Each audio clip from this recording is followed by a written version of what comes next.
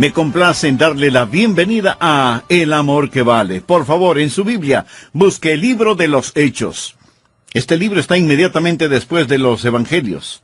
Hechos, capítulo 4. Después de un momento leeremos solo 2 versículos de este capítulo. Si yo pudiera modelar o hacer un miembro de la iglesia, el miembro ideal de la iglesia, el miembro de mis sueños, ¿cómo sería? Bueno, creo que sería como el hombre del cual vamos a estudiar hoy. Un hombre llamado Bernabé.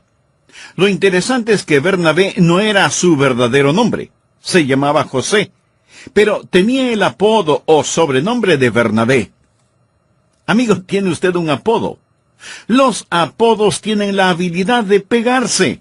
Y si Bernabé estuviera vivo hoy en día, no lo llamaríamos Bernabé, seguro que lo llamaríamos Bernie o Barney.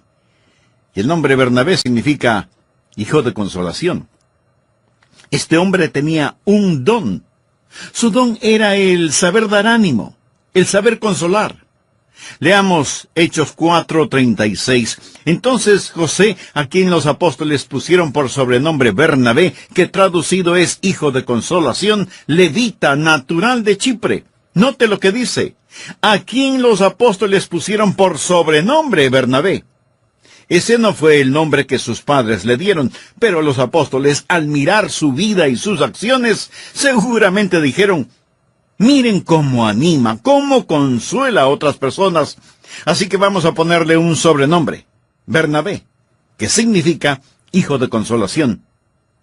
Mi amigo, la palabra consolación es una palabra que se usa mucho en nuestros días, pero conlleva la idea de dar ánimo, incentivar, infundir valor, motivar. Así que aquí está Barney, hijo de consolación. Era un levita natural de Chipre, quien, como tenía una heredad, la vendió y trajo el precio y lo puso a los pies de los apóstoles. La palabra motivar o consolar en el idioma griego es la palabra parakletos, y es la palabra que usamos en relación con el Espíritu Santo, a quien se le llama el Consolador, la misma palabra. Por lo tanto, aquí tenemos a un hombre, Bernabé, que hace para otros lo mismo que el Espíritu Santo hace por los hijos e hijas de Dios. Vive en nosotros, está junto a nosotros para motivarnos, para darnos consolación, esperanza, salud, para guiarnos en el camino. Yo ya he vivido lo suficiente como para ver que no hay ni un solo niño o niña en este mundo que no necesite ser animado y consolado. De hecho, la gente adulta también lo necesitamos. Y usted sabe que esto es verdad. A mí me gusta ser motivado, necesito ser animado. Tengo tanta gratitud con las personas que me motivan. Permítame decirle que no me gusta estar con gente que desanima, aunque a veces tenemos que hacerlo, es parte de la vida. Las pulgas vienen con el perro. Pero no me gusta estar junto a personas que desaniman. Bernabé, gracias a Dios, fue un hombre que podía levantar los ánimos. ¿Sabe por qué el desánimo es tan dañino? Porque abre la puerta para toda clase de pecados y fracasos. Alguien dijo, el desánimo es una habitación tenebrosa donde se desarrolla el negativismo del fracaso. La Biblia dice, en lo referente a Dios, que Él es el Dios de toda consolación.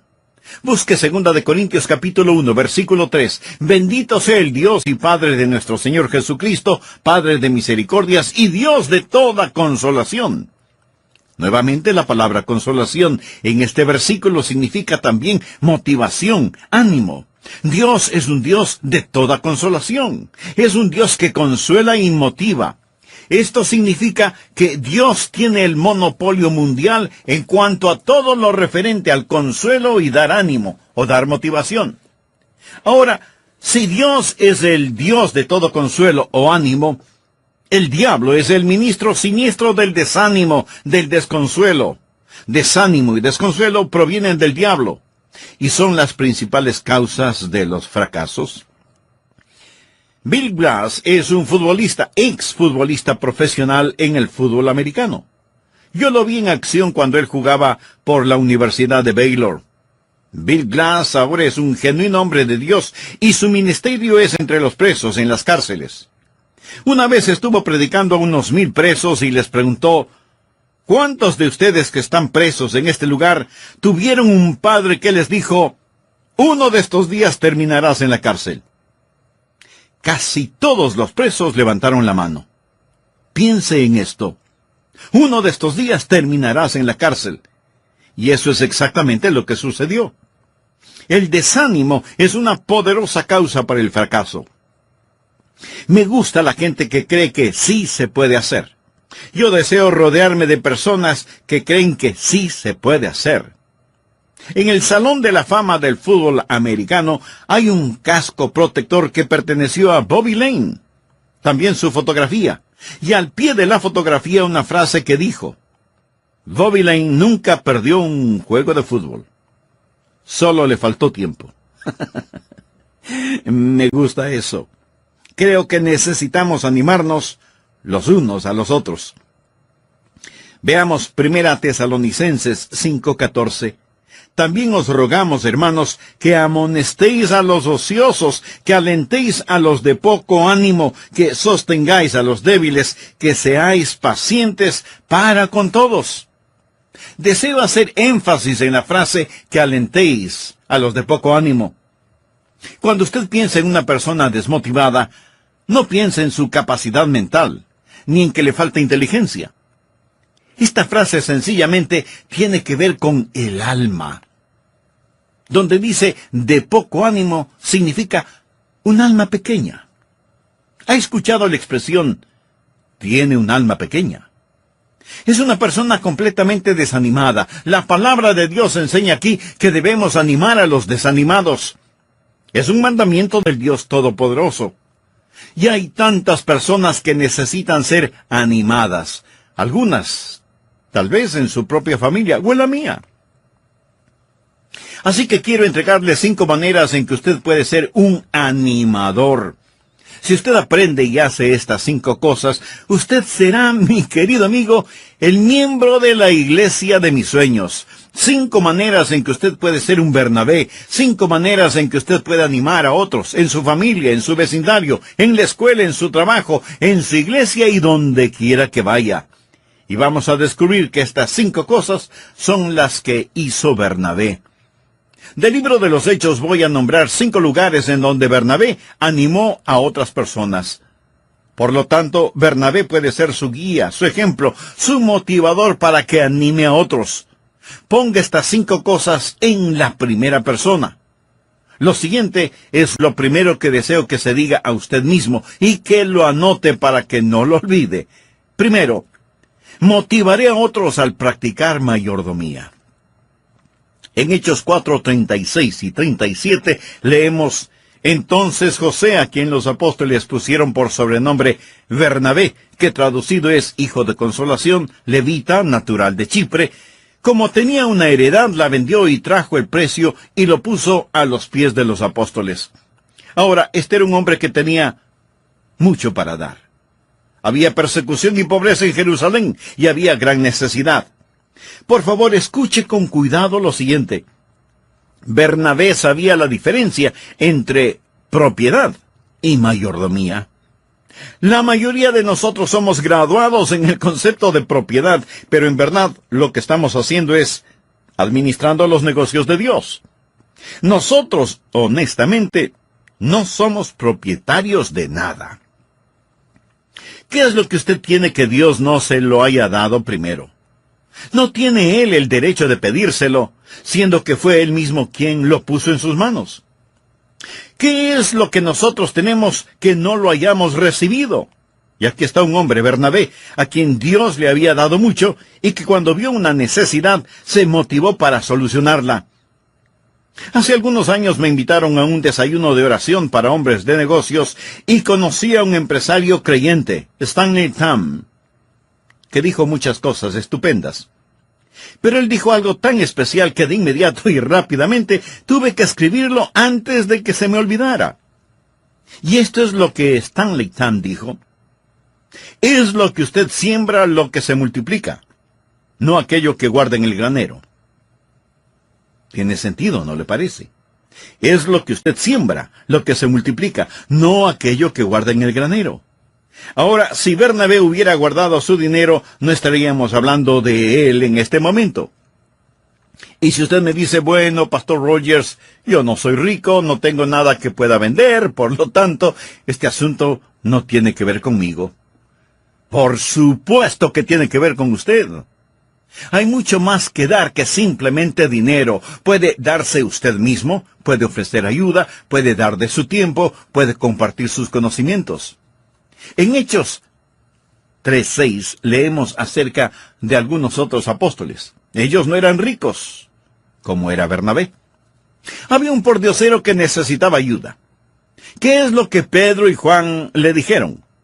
Mas Pedro dijo, no tengo plata ni oro, pero lo que tengo te doy en el nombre de Jesucristo de Nazaret, levántate y anda.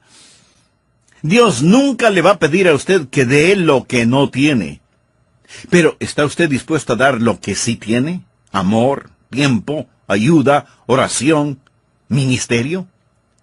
Verá, un animador es una persona que entiende que él o ella es un administrador o administradora de aquello que Dios ha puesto en sus manos, lo que quiera que sea. Aquí en nuestra iglesia bautista Bellevue tenemos un ministerio conocido como Ayuda Automotriz. Tenemos un grupo de hombres excelentes mecánicos automotrices que instalan su taller, y las viudas en nuestra iglesia que no saben mucho sobre cambios de aceite o afinamiento del motor y cosas por el estilo, traen sus vehículos y estos hombres se ensucian las manos con grasa y aceites, se meten debajo de los carros, debajo del capó, arreglan lo que necesita ser arreglado y en el nombre de Jesús ayudan y ministran a esas viudas y a cualquier otra persona que tenga la misma necesidad. Hay mucha gente en el mundo hoy que necesita una palabra de ánimo. La Biblia dice en Gálatas 6:2, sobrellevad los unos las cargas de los otros. Amigo, sencillamente diga, seré un motivador practicando mayordomía. Cualquier cosa que tenga cuando vea una necesidad, voy a utilizarla para suplir esa necesidad. Así usted animará a otra persona. A lo mejor hay un vecino que necesita su ayuda, o un compañero de trabajo, o un amigo, o su cónyuge, o sus hijos. ¿Por qué en el nombre de Jesús no se acerca a esa persona y le dice, de lo que tengo te doy? Si usted hace eso, estará actuando como Bernabé. Segundo, yo motivaré a otros brindándoles amistad. Busque Hechos capítulo 9, desde el versículo 22. Es parte de la historia de Saulo de Tarso. Pero Saulo mucho más se esforzaba y confundía a los judíos que moraban en Damasco, demostrando que Jesús era el Cristo. No hay que olvidar que Saulo había sido un enemigo de la iglesia. Ahora es un amigo. Había sido salvado y ahora predica a Jesús. Pasados muchos días, los judíos resolvieron en consejo matarle, pero sus acechanzas llegaron a conocimiento de Saulo, y ellos guardaban las puertas de día y de noche para matarle. Entonces los discípulos, tomándole de noche, le bajaron por el muro, descolgándole en una canasta. Este Saulo había sido un poderoso fariseo, con un celo tremendo para destruir la iglesia de Jesús. ¡Qué autoridad que tenía este hombre! Sin embargo, ahora lo vemos humilde, oculto en una canasta y bajado por el muro de noche para poder escapar. Pero ahora notemos lo que dice el versículo 26. Cuando llegó a Jerusalén, trataba de juntarse con los discípulos, pero todos le tenían miedo. ¿Por qué? ¿Por qué le tenían miedo? Porque él había enviado a muchos creyentes a la muerte o a la cárcel, y ahora él se encontraba entre aquellos que querían matarle, y sus hermanos y hermanas en la fe que tenían miedo de él. Dice la Biblia, pero todos le tenían miedo, no creyendo que fuese discípulo. Pero Bernabé, tomándole, lo trajo a los apóstoles, y les contó cómo Saulo había visto en el camino al Señor, el cual le había hablado, y cómo en Damasco había hablado valerosamente en el nombre de Jesús. Gracias a Dios por Bernabé. Bien, ¿qué es lo que Bernabé hizo? Bernabé brindó, extendió amistad. Está animando a Pablo al brindarle amor y amistad. Y Pablo necesitaba que alguien le amara en esos precisos momentos porque había perdido sus antiguas amistades y sus nuevos amigos desconfiaban de él. Así que, por así decirlo, se encontraba entre la espada y la pared. Cuando Chuck Colson, famoso en el caso Watergate y conocido como el hachero, se convirtió y entregó su corazón a Cristo, nadie confiaba en él. Decían, es solo otro complot político. ¿Qué estará tramando ahora? Después de todo lo que ha hecho, ahora está jugando a la religión. Y ahí estaba. Su jefe, el expresidente, había caído en desgracia. Pero tuvo algunos amigos que lo cubrieron con sus brazos a tiempo. Yo fui uno de ellos, y le consolamos, y le animamos en el nombre del Señor Jesucristo. Gracias a Dios que nos dio la habilidad y la oportunidad de hacerlo. Bernabé encontró a un nuevo creyente y de inmediato lo hizo su amigo. Alguien dijo, un amigo, un verdadero amigo, es alguien que viene cuando todos los demás se han ido. ¿Sabe qué es lo negativo de muchas iglesias, incluyendo Bellevue? No hemos aprendido cómo hacer un amigo de un nuevo creyente. Pensamos que tenemos compañerismo, pero muchas de las iglesias no son más que sociedades sagradas para arrogantes pecadores. Necesitamos practicar amistad. Necesitamos abrazar a los nuevos creyentes, brindarles nuestra amistad y animarles. Bernabé dijo, miren, hermanos, no deben tener temor de Saulo. Él ha sido salvado. Ahora denle la bienvenida. Y ya puedo ver al viejo Simón Pedro abriendo sus brazos y dándole a Pablo un fuerte abrazo y diciéndole, bienvenido, hermano. Mi amigo, eso es lo que se necesita hoy en día en la iglesia del Señor Jesucristo. Necesitamos algunos Bernabés. ¿Sabe usted que los psicólogos nos dicen que el 70% de la población actual sufre de soledad crónica? Eso significa que 7 de cada 10 personas que usted ve, de acuerdo a las estadísticas, sufren de soledad crónica. Esa es la razón por la que llamamos a nuestra iglesia bautista Bellevue una familia de amigos. ¿Sabe lo que el apóstol Pablo escribió más tarde? Recuerde que Pablo fue presentado por Bernabé. Busque Romanos, capítulo 15, versículos del 5 al 7. Pero el Dios de la paciencia y la consolación os dé entre vosotros un mismo sentir según Cristo Jesús, para que unánimes a una voz glorifiquéis al Dios y Padre de nuestro Señor Jesucristo. Por tanto, recibíos los unos a los otros, como también Cristo nos recibió para gloria de Dios. Pablo sabía por experiencia propia lo que significaba ser recibido. Él sabía lo que significaba en recibir ánimo. Así que usted tiene algo más que dinero para dar. Usted puede dar amistad. Pídale a Dios que le dé la oportunidad de ser en su propia iglesia la clase de miembro que brinda amistad y sabe animar a los hermanos, de manera especial a los creyentes nuevos. Los psicólogos están practicando psicología en bebés recién nacidos, o que aún no cumplen 1 año de vida. Bebés enfermos emocionalmente. Son criaturas que nunca, por ninguna razón, han recibido contacto visual, ni han sido tocados, abrazados o besados, ni han sentido los brazos de nadie. Estos bebés desarrollaron a una temprana edad problemas psicológicos, y las estadísticas prueban que los bebés que no recibieron demostraciones de amor en los primeros 5 años de sus vidas, crecieron siendo fríos e indiferentes, y algunos de ellos brutales. Pero escuche. Aquí está lo interesante de todo este asunto. El programa dice que es virtualmente imposible el malcriar a un bebé durante el primer año de su vida. Usted nunca podrá darle demasiado amor. Usted puede malcriar a niños o niñas, pero es virtualmente imposible el malcriar a un bebé el primer año de su vida. Si usted quiere darle amor, atención, abrazos, besos, acurrucarlo o lo que sea, hágalo. De la misma manera es virtualmente imposible el malcriar a un creyente recién convertido. Ámelo.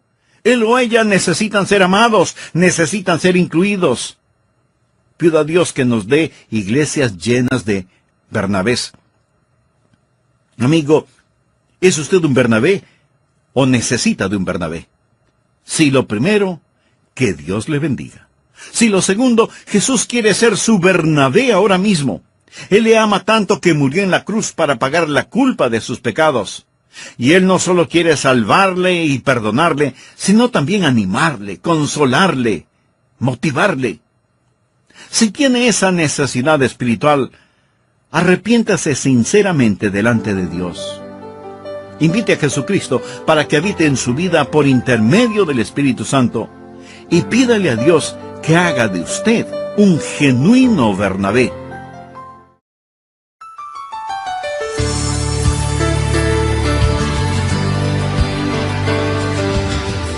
Hay tres clases de personas en el mundo: aquellas que se arriesgan, aquellas que vigilan y aquellas que entierran. En una reunión de motivación, un pastor le preguntó a otro: apreciado consiervo, ¿cuántos comités tiene en su iglesia? Oh, tenemos un comité casi para cada cosa. ¡Qué bien! Y tiene también un comité de agua fría. El otro pastor, sorprendido, respondió: ¿comité de agua fría? Nunca había escuchado tal cosa. ¿Qué se supone que hace un comité de agua fría? Mi querido pastor, ese es un comité que cuando alguien tiene una buena idea, le echan un balde de agua fría. Oh, ya entiendo. Pues le diré, no tengo un comité como tal, pero sí varias de esas personas en la congregación. Muchos creen que es una verdadera virtud el desanimar a los demás. En cambio, la palabra de Dios nos enseña por lo menos 5 formas de motivar a los demás. Sigue escuchándonos. Este mensaje les será de bendición. Bienvenidos a El Amor que Vale, con el pastor, maestro y autor, Dr. Adrian Rogers, supliendo las necesidades de la gente con la verdad de la palabra de Dios, trayendo personas a Cristo, transformando vidas alrededor del mundo y ayudándole a usted a descubrir el poder del amor más grande, el amor que vale. A continuación, un edificante mensaje del Dr. Adrian Rogers en la voz del pastor Lenín de Llanón. Bienvenidos sean a El Amor que Vale. Esta es la segunda parte del mensaje, 5 formas de motivar a otros. Como ejemplo e ilustración, estoy compartiendo la vida y ministerio de Bernabé, de acuerdo a lo que encontramos en el libro de los Hechos. De las 5 formas de motivar a los demás, dije que en forma personal, primero, motivaré a otros al practicar mayordomía. Segundo, motivaré a otros brindándoles amistad. Ahora sigamos con los demás puntos. Tercero, motivaré a otros construyendo sociedades. Hemos hablado de mayordomía o administración, amistad y compañerismo. Ahora hablemos de sociedades o asociaciones. Leamos Hechos 11 empezando desde el versículo 20. Pero había entre ellos unos varones de Chipre y de Cirene, los cuales cuando entraron en Antioquía, hablaron también a los griegos anunciando el evangelio del Señor Jesús. Y la mano del Señor estaba con ellos, y gran número creyó y se convirtió al Señor. Llegó la noticia de estas cosas a oídos de la iglesia que estaba en Jerusalén, y enviaron a Bernabé que fuese hasta Antioquía. Cuando llegó y vio la gracia de Dios, se regocijó y exhortó a todos a que con propósito de corazón permaneciesen fieles al Señor, porque era varón bueno y lleno del Espíritu Santo y de fe. Y una gran multitud fue agregada al Señor. Esto es lo que había sucedido. Se dio un avivamiento en Antioquía. La sede, por así decirlo, de la iglesia cristiana en ese tiempo particular estaba en Jerusalén. Y la palabra de Dios salía desde Jerusalén hacia Judea, Samaria y hasta lo último de la tierra. Cuando supieron lo que pasaba en Antioquía, se hicieron serias preguntas. ¿Quién es esta gente allá en Antioquía? ¿Qué es lo que creen? ¿Están en lo correcto? ¿Son ortodoxos? ¿No será una nueva secta? ¿No será un grupo divisivo? Necesitamos que alguien vaya allá e investigue y vea si ellos realmente son de los nuestros. ¿A quién enviaremos? ¿A quién escogieron para esta labor? A Bernabé. Le dijeron: Bernabé, tienes que ir a Antioquía e investigue este asunto. Y Bernabé fue, y cuando llegó, vio la gracia de Dios. Bernabé llegó, vio y dijo: Aleluya, Dios está totalmente en este lugar. Él vio la gracia de Dios y de regreso en Jerusalén dio el siguiente informe. Estos son genuinos hermanos y hermanas. Necesitamos juntarnos con ellos. Él no dividió, no construyó murallas. Él fue un constructor de puentes. De paso diré que es muy fácil el construir murallas y puentes. Pero Bernabé fue un hombre que hacía que las personas se unieran. Él animaba a otros a construir sociedades. Yo estoy tan agradecido de las personas que nos han animado, que nos han unido en vez de dividirnos. Alguien me preguntó el otro día, pastor, mirando hacia atrás, ¿cuál ha sido el más importante evento en su vida? Y yo contesté, el pedir a la congregación que nos mudáramos de nuestra vieja iglesia a la nueva. Muchos de nuestros miembros ahora vinieron después de habernos cambiado de local. Pero hay muchos más que ya eran miembros de nuestra iglesia en el antiguo local. ¿Le sería difícil para usted el entender qué cosa monumental fue ese cambio? Y muy a menudo le digo a la gente, una idea es una de las cosas más frágiles del mundo, pero al mismo tiempo es una de las cosas más poderosas del mundo. Queríamos construir en el centro de la ciudad. No pudimos comprar ninguna propiedad. No había espacio disponible. Nos encontramos con toda clase de enormes problemas, pero no queríamos impedir o detener el crecimiento de nuestra iglesia. Y le preguntamos a Dios qué deberíamos hacer, dónde deberíamos ir. Y seguíamos moviendo cielo y tierra para construir en el centro de la ciudad.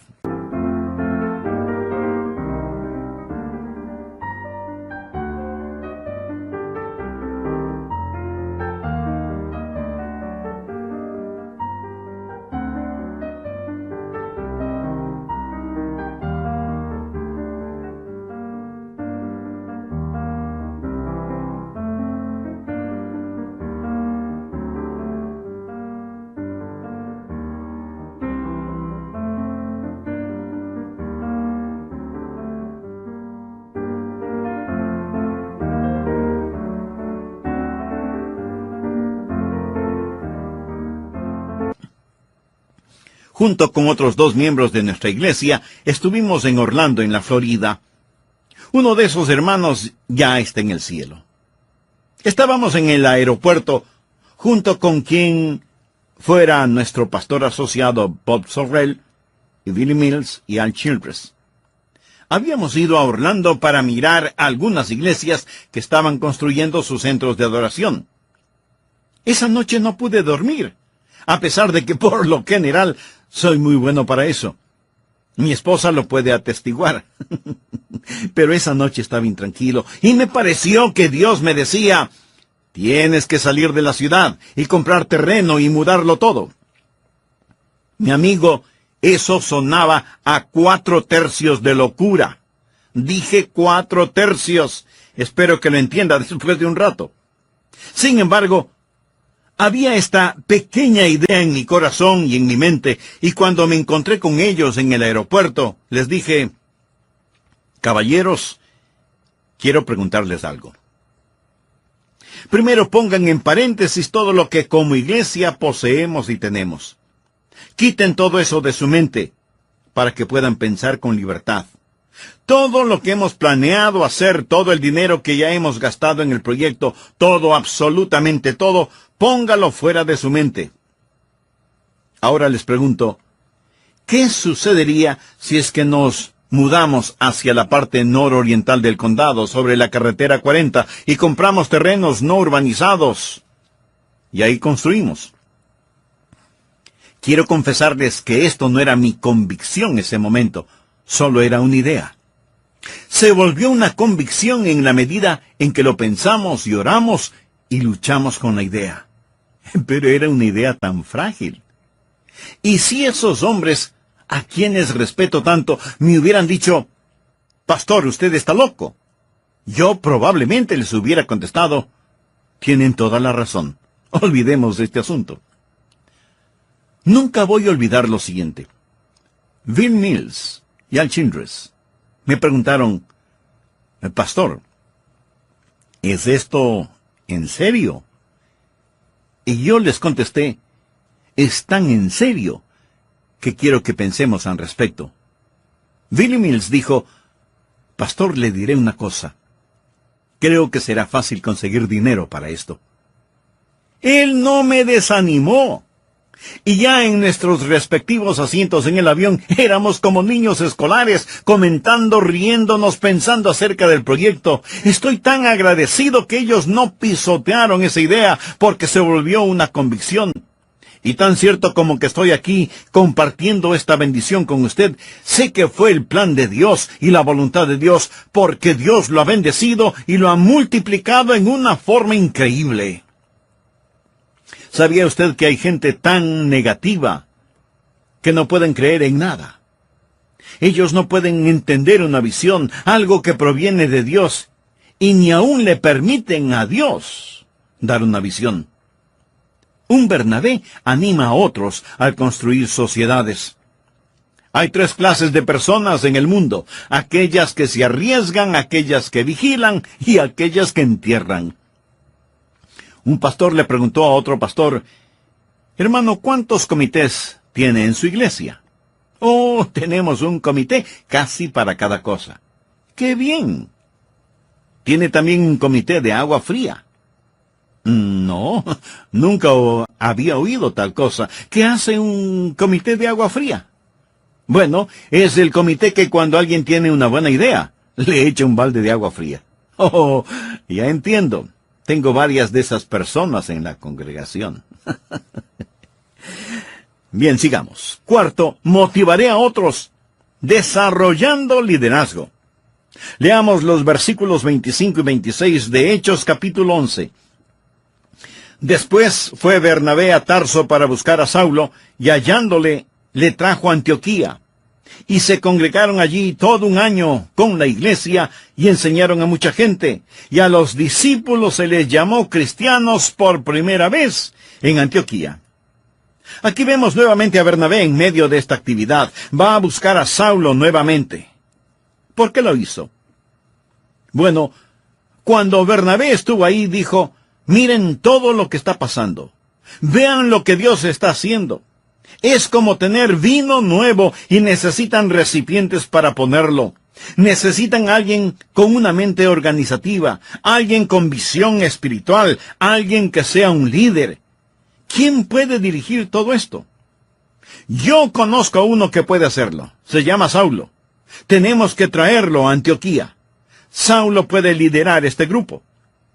Y a Saulo le dijo, Saulo, ven inmediatamente, te necesitamos aquí. Hay una labor que debe ser hecha. Bernabé no tuvo que hacerlo. Bernabé no era un líder. Él animaba a la gente. Él no estaba tratando de formar un club denominado Los Chicos de Barney. Él tuvo la suficiente inteligencia como para saber que necesitaba a alguien más, y él vio a este hombre, Saulo, con talentos escondidos. Vio a este hombre con varias habilidades. Él sabía que Saulo tenía dones espirituales que necesitaban ser descubiertos y desarrollados y puestos al servicio de los demás. Por eso fue a buscarlo y desarrollarlo como líder. ¿Sabe? Pablo nunca olvidó eso. Por eso cuando escribió a los hermanos en Roma, les dijo, amaos los unos a los otros con amor fraternal, en cuanto a honra, prefiriéndoos los unos a los otros. Bernabé estuvo contento de que Saulo tomara el liderazgo. Bernabé se hizo a un lado, una vez que ayudó a encontrar un líder, y un buen líder. Mi amigo, se requiere de más gracia de la que puede explicar para tocar el segundo violín en la orquesta y hacerlo bien. Pero Bernabé fue esa clase de hombre. Él no está tratando de construir a su alrededor. Él está desarrollando el liderazgo de otro.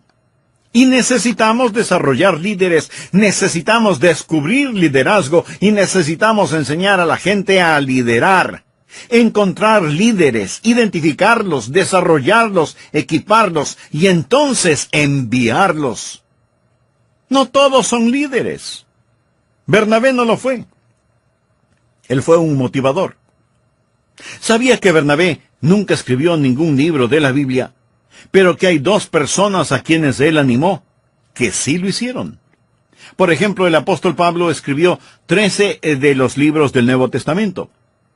Y más tarde aprenderemos que Bernabé animó a Marcos para que escribiera el Evangelio que lleva su nombre. ¡Estupendo! ¿No le parece?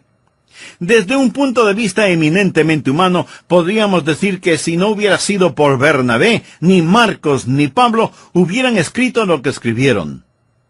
Por supuesto, sé que Dios pudo haber utilizado a otra persona, y no a Bernabé. Pero lo que quiero que usted entienda es que Bernabé fue el hombre que Dios utilizó para desarrollar liderazgo.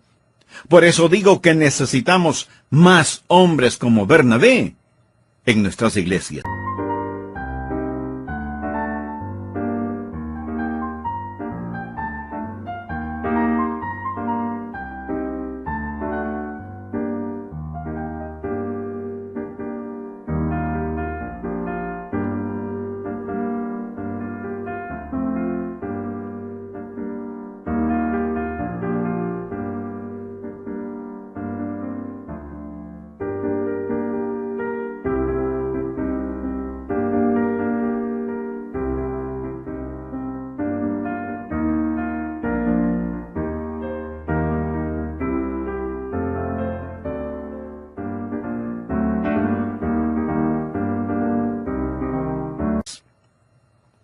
Quinto, motivaré a otros reconstruyendo relaciones.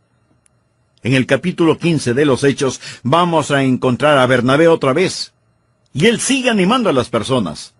Leamos desde el versículo 36. Después de algunos días, Pablo dijo a Bernabé: volvamos a visitar a los hermanos en todas las ciudades en que hemos anunciado la palabra del Señor, para ver cómo están. Y Bernabé quería que llevasen consigo a Juan, el que tenía por sobrenombre Marcos. Pero a Pablo no le parecía bien llevar consigo al que se había apartado de ellos desde Panfilia y no había ido con ellos a la obra. Y hubo tal desacuerdo entre ellos. ¿Se puede imaginar usted un desacuerdo entre Bernabé y Pablo? Pues sí, tuvieron uno, y muy fuerte, tanto que se separaron el uno del otro. Bernabé, tomando a Marcos, navegó a Chipre, y Pablo, escogiendo a Silas, salió encomendado por los hermanos a la gracia de Dios. ¿Cuál es el trasfondo de todo esto?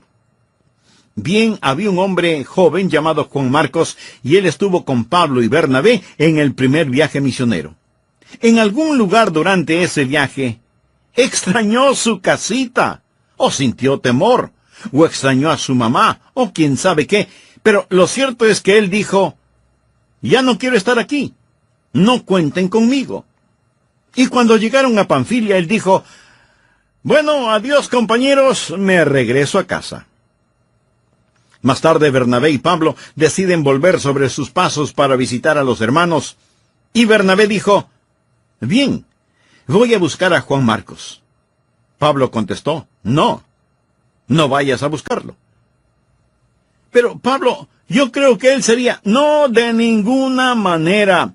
Él se rindió, nos abandonó. Tú no puedes confiar en él. No quiero a Juan Marcos. Pero Bernabé insistía. Pero Pablo, mira Pablo. Escucha Bernabé, no quiero que Juan Marcos vaya. Y Bernabé finalmente dijo: está bien, Pablo. Yo viajaré con Juan Marcos. Tú sigue tu camino, y yo seguiré el mío. A veces estas cosas suceden, ¿no es cierto? Pero aquí podemos ver el corazón de Bernabé. Él sabía que Juan Marcos había fallado, pero también sabía que esa falla no era final. Y él quiere restaurar esa relación resquebrajada. Así que se hace cargo de Juan Marcos y continúa nutriéndole espiritualmente. Algún tiempo después, Pablo se encontraba en una sucia prisión romana.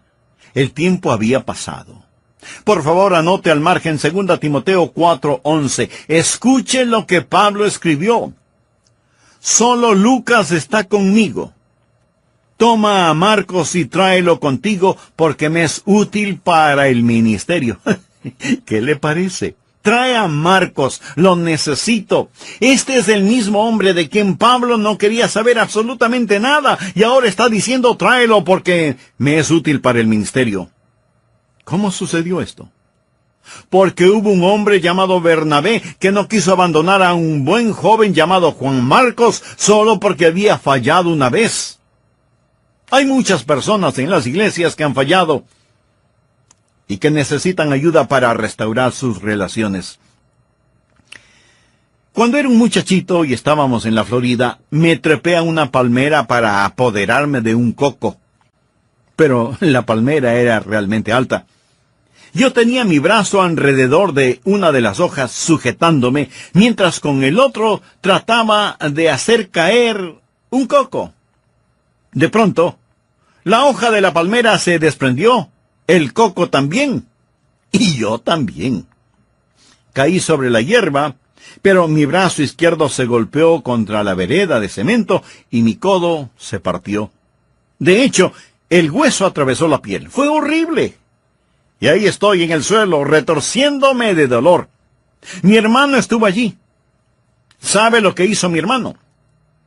Corrió por todo el barrio diciendo, oigan, Adrián se cayó de una palmera y se rompió un brazo. No es cierto. Él no hizo tal cosa. Pero le diré algo más que él no hizo. No me dijo, Adrián, eres el chico más estúpido que he visto. ¿No viste que la hoja de la palmera estaba amarilla y por lo tanto seca? ¿Por qué tenías que subirte a una palmera tan alta? ¿Por qué no esperaste a que los cocos cayeran? No, mi hermano no me dio un sermón. Le diré algo más que él no hizo. No tomó un revólver y me dio un tiro.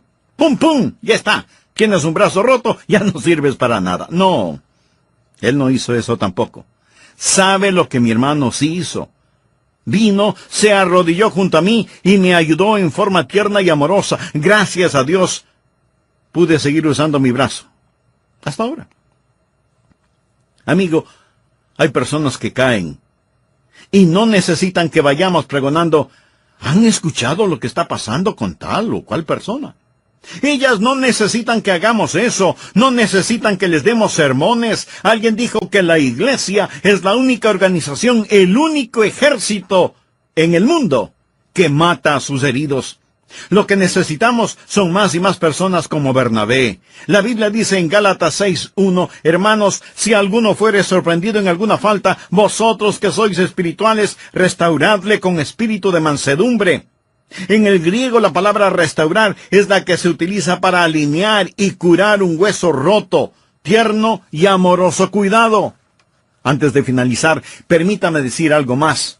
Nuestra iglesia y su iglesia, donde quiera que usted esté, necesitan Bernabés. Y no es cuestión de que usted mire hacia alrededor, preguntándose cuál de las personas que le rodean podrían ser Bernabés potenciales. Primero, motivaré a otros al practicar la mayordomía. Segundo, motivaré a otros brindándoles amistad. Tercero, motivaré a otros construyendo sociedades. Cuarto, motivaré a otros desarrollando liderazgo. Y quinto, motivaré a otros reconstruyendo relaciones. Bernabé fue un buen hombre, lleno del Espíritu Santo y de fe. Quisiera poner su fe en el Señor Jesucristo. Quisiera confiar en Cristo como su Salvador personal y su Señor. Y si me pregunta, Pastor Rogers, ¿podría Jesús salvarme ahora? Yo le contestaré enfáticamente, sí, Él lo hará, si usted confía en Él. Si usted no es salvo, si no está seguro de que cuando muera irá al cielo, le invito a que repita conmigo la siguiente sencilla oración. Querido Dios, soy un pecador, estoy perdido, necesito que me salves. Jesús, tú moriste por salvarme. Prometiste que me salvarías si deposito mi confianza en ti. Señor Jesús, dejo mis pecados y me vuelvo a ti. Hoy te recibo como mi Salvador y Señor. Te entrego mi vida. Te recibo en mi corazón. Sálvame, Señor Jesús.